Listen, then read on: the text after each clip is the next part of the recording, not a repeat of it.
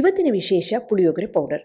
ಈ video start ಮಾಡೋಕ್ಕಿಂತ ಮುಂಚೆ ಒಂದು ಡಿಸ್ಕ್ಲೈಮರ್ ಹೇಳೋದಕ್ಕೆ ಇಷ್ಟಪಡ್ತೀನಿ. ಇದ್ರ ಲೆಂತ್ ಸ್ವಲ್ಪ ಜಾಸ್ತಿ ಇದೆ, ಆದರೆ 100% ಗ್ಯಾರಂಟಿ ವಿಡಿಯೋ ನೋಡಿದ ಮೇಲೆ ಮನೆಯಲ್ಲೇ ಸುಲಭವಾಗಿ ಪರ್ಫೆಕ್ಟ್ ಮೆಷರ್ಮೆಂಟ್ನಲ್ಲಿ ಟೇಸ್ಟಿಯಾಗಿರೋ ಅಂಥದ್ದು, ಹಾಗೆಯೇ ಒಂದು ವರ್ಷದವರೆಗೆ ಇರುವಂತಹ ಪುಳಿಯೋಗರೆ ಪೌಡರ್ನ ನೀವು ಆರಾಮವಾಗಿ ಮಾಡಿಬಿಡಬಹುದು. ನಾನು ಆಶಾ, ನಿಮಗೆಲ್ಲರಿಗೂ ಅಡುಗೆ ಸಾಧನೆಗೆ ಸ್ವಾಗತ. ಈ ಪುಳಿಯೋಗರೆ ಮೆಷರ್ಮೆಂಟ್ಗೆ ನಾನಿವತ್ತು ಈ ಸಣ್ಣ ಬಟ್ಟಲನ್ನು ತೊಗೊಳ್ತಾ ಇದ್ದೀನಿ. ಈ ಬಟ್ಟಲಿನಲ್ಲಿ ಎಲ್ಲ ಸಾಮಗ್ರಿಗಳನ್ನ ಮೆಷರ್ ಮಾಡ್ಕೊಂಡು ತೊಗೊಳ್ತೀನಿ. ಯಾವ ಬಟ್ಟಲು ತೊಗೊಂಡ್ರೂ ಪರವಾಗಿಲ್ಲ, ಅದೇ ಬಟ್ಟಲಿನಲ್ಲಿ ಎಲ್ಲ ಸಾಮಗ್ರಿನ ಮೆಷರ್ಮೆಂಟ್ ಮಾಡ್ಕೊಳ್ಳಿ. ಮೊದಲನೇದು ಕೆಂಪು ಮೆಣಸಿನ್ಕಾಯಿ 3 ಬಟ್ಲನ್ನು ತೊಗೊಂಡಿದ್ದೀನಿ. ಅದರಲ್ಲಿ 2 ಬಟ್ಲು ಗುಂಟೂರು ಮೆಣಸಿನ್ಕಾಯಿ ತುಂಡಾಗಿ ಮಾಡಿಕೊಂಡು ತೊಗೊಂಡಿದ್ದೀನಿ, ಮೆಷರ್ಮೆಂಟ್ ಕರೆಕ್ಟಾಗಿ ಬರಲಿ ಅಂತ. ಮತ್ತೊಂದು ಬಟ್ಲು ಬ್ಯಾಡಗಿ ಮೆಣಸಿನ್ಕಾಯಿನ ತೊಗೊಂಡಿದ್ದೀನಿ, ಅದನ್ನೂ ಸಹ ತುಂಡಾಗಿ ಮಾಡಿಕೊಂಡು ಬಟ್ಲು ಮೆಷರ್ಮೆಂಟಲ್ಲಿ 3 ಬಟ್ಲು ಮೆಣಸಿನ್ಕಾಯಿನ ತೊಗೊಂಡಿದ್ದೀನಿ.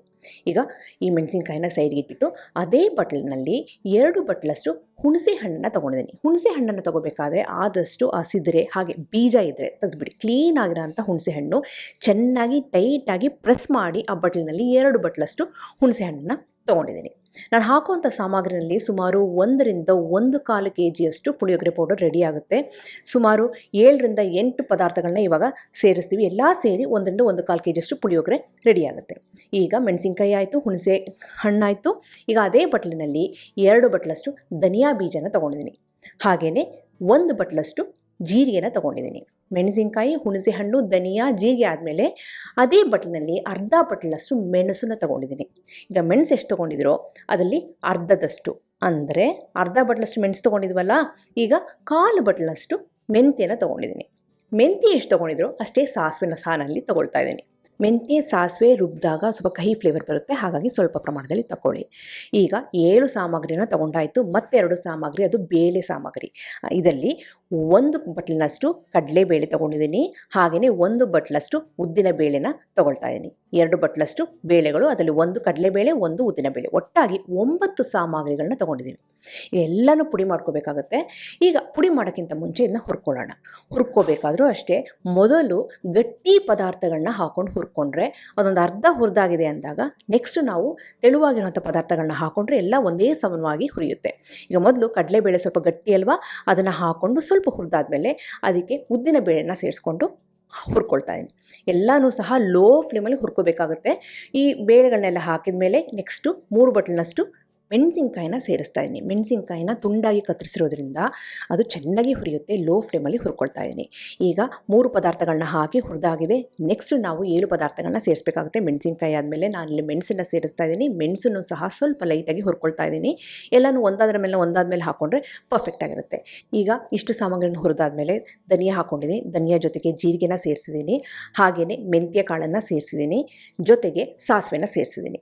ಹುಣಸೆ ಹಣ್ಣನ್ನು ಬಿಟ್ಟು ಮತ್ತೆಲ್ಲ 8 ಸಾಮಗ್ರಿಗಳನ್ನೆಲ್ಲ ಸೇರಿಸಿ ಲೋ ಫ್ಲೇಮಲ್ಲಿ ಹುರ್ಕೊಳ್ತಾ ಇದ್ದೀನಿ. ಎಲ್ಲ ಕ್ರಿಸ್ಪಿ ಆಗಬೇಕು, ಘಮ ಅಂತ ಸುವಾಸನೆ ಬರಬೇಕು, ಒಂದೇ ಸಮನಾಗಿ ಬಣ್ಣ ಬರಬೇಕು.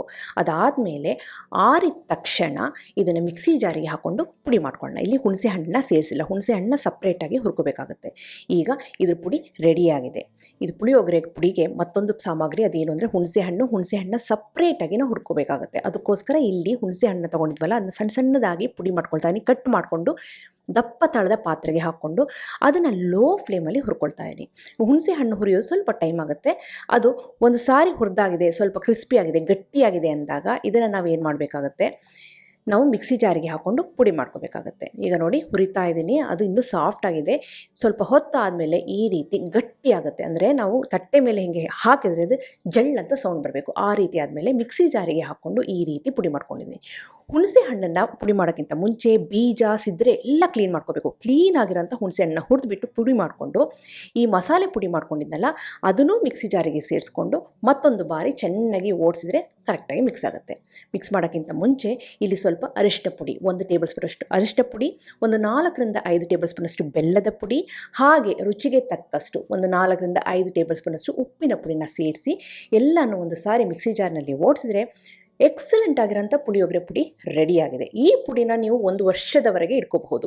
ಯಾವಾಗ ಬೇಕೋ ಒಗ್ಗರಣೆ ಕೊಟ್ಕೊಂಡ್ರೆ ಅದು ಫೈನಲ್ ಆಗಿ ರೆಡಿಯಾಗಿ ಹೋಗ್ಬಿಡುತ್ತೆ. ಈ ಪುಳಿಯೋಗರೆ ಸಾಂಪ್ರದಾಯಿಕವಾಗಿ ಟೇಸ್ಟಿಯಾಗಿರಬೇಕು ಅಂತಂದರೆ ಅದಕ್ಕೆ ಕಪ್ಪು ಎಳ್ಳು ಹಾಗೆಯೇ ಕೊಬ್ಬರಿನ ಸೇರಿಸಬೇಕು.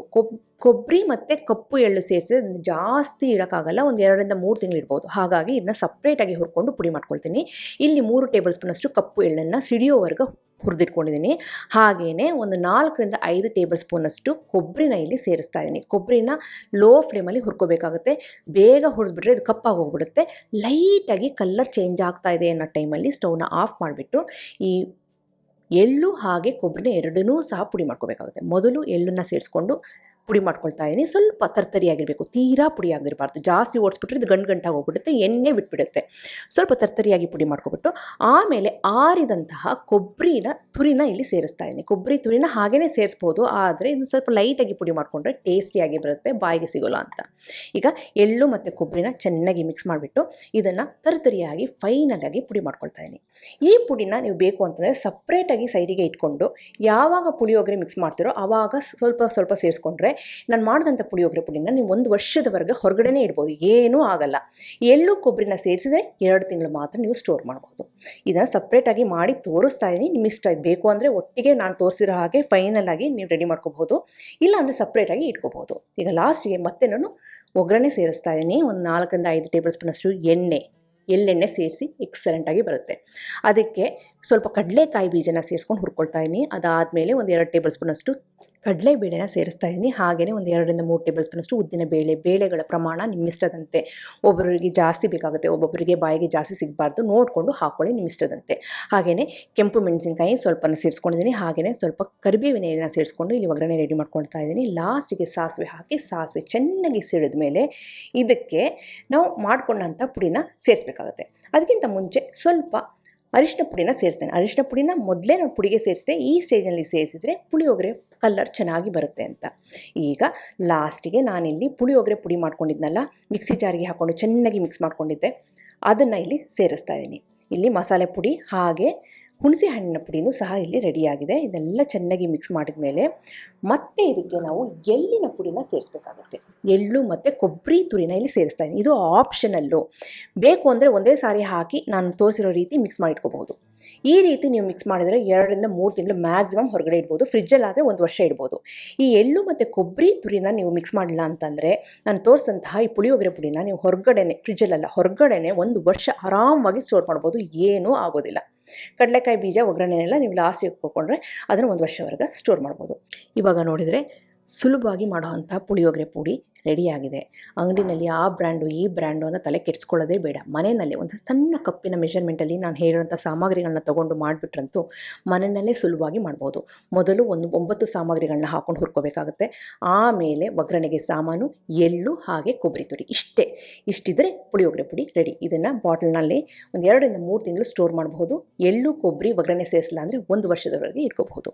ಪುಳಿಯೋಗರೆ ಪುಡಿನ ಮಿಕ್ಸ್ ಮಾಡೋದು ತುಂಬಾ ಸುಲಭ. ಬೆಚ್ಚಗಿರೋ ಅಂಥ ಅನ್ನನ ತೊಗೊಂಡು ಅದ್ರ ಮೇಲೆ ಸ್ವಲ್ಪ ಎಣ್ಣೆನ ಸೇರಿಸ್ತಾ ಇದ್ದೀನಿ. ಯಾವ ಎಣ್ಣೆನಾದರೂ ತೊಗೊಳ್ಳಿ, ಮೇನಾಗಿ ಎಳ್ಳೆಣ್ಣೆ ತೊಗೊಂಡ್ರೆ ತುಂಬಾ ರುಚಿಯಾಗಿ ಬರುತ್ತೆ. ಅದ್ರ ಮೇಲೆ ನಿಮಗೆ ಎಷ್ಟು ಪುಡಿ ಬೇಕೋ ಅಷ್ಟು ಪುಡಿನ ಹಾಕ್ಕೊಂಡು ಈ ರೀತಿ ಮಿಕ್ಸ್ ಮಾಡಿದರೆ ಎಕ್ಸಲೆಂಟ್ ಆಗಿರೋ ಅಂಥ ಪುಳಿಯೋಗರೆ ಅನ್ನ ರೆಡಿ. ಎಷ್ಟು ಸುಲಭವಾಗಿ ಮಾಡ್ಬೋದಲ್ವಾ? ಇದನ್ನು ಮಾಡಿಟ್ಕೊಂಡ್ರಂತೂ ಬೇಕು ಅಂದಾಗ ಬೆಚ್ಚಗಿರೋ ಅನ್ನಕ್ಕೆ ಹಾಕ್ಕೊಂಡು ಮಿಕ್ಸ್ ಮಾಡ್ಕೊಬಿಟ್ರಂತೂ ದೇವಸ್ಥಾನದ ಪ್ರಸಾದ ಸ್ಟೈಲಲ್ಲಿ ಈ ಪುಳಿಯೋಗರೆ ರೆಡಿಯಾಗಿ ಹೋಗ್ಬಿಡುತ್ತೆ. ನಿಮಗೆಲ್ಲ ಈ ರೆಸಿಪಿ ಇಷ್ಟ ಆಗಿದೆ ಅಂತ ಅಂದ್ಕೊಂಡಿದ್ದೀನಿ. ಖಂಡಿತವಾಗ್ಲೂ ಮಾಡಿ ಹೇಗೆ ಬಂತು ಅಂತ ನಾನು ಕಮೆಂಟ್ ಸೆಕ್ಷನ್ ದಯವಿಟ್ಟು ತಿಳಿಸಿ. ಹಾಗೆ ನೀವಿನ್ನೂ ಅಡುಗೆ ಸಾಧನಕ್ಕೆ ಸಬ್ಸ್ಕ್ರೈಬ್ ಆಗಿಲ್ಲ ಅಂದರೆ ತಡ ಯಾಕೆ, ಈಗಲೇ ಸಬ್ಸ್ಕ್ರೈಬ್ ಆಗಿ ಪಕ್ಕದಲ್ಲಿರುವ ಬೆಲ್ ಬಟನ್ ಕೂಡ ಟಚ್ ಮಾಡಿ. ನಿಮಗೆ ವಿಡಿಯೋ ಇಷ್ಟ ಆಯಿತು ಅಂದರೆ ಲೈಕ್ ಬಟನ್ನ ಕ್ಲಿಕ್ ಮಾಡಿ, ಫ್ರೆಂಡ್ಸ್ ಆ್ಯಂಡ್ ಫ್ಯಾಮಿಲಿ ಜೊತೆ ಶೇರ್ ಮಾಡಿ, ವಾಟ್ಸಪ್ಪಲ್ಲಿ ಶೇರ್ ಮಾಡಿ. ಮತ್ತೊಂದು ಇಂಟ್ರೆಸ್ಟಿಂಗ್ ರೆಸಿಪಿಯೊಂದಿಗೆ ಭೇಟಿ ಆಗ್ತೇನೆ. ಅಲ್ಲಿವರೆಗೆ thank you, bye bye, see you.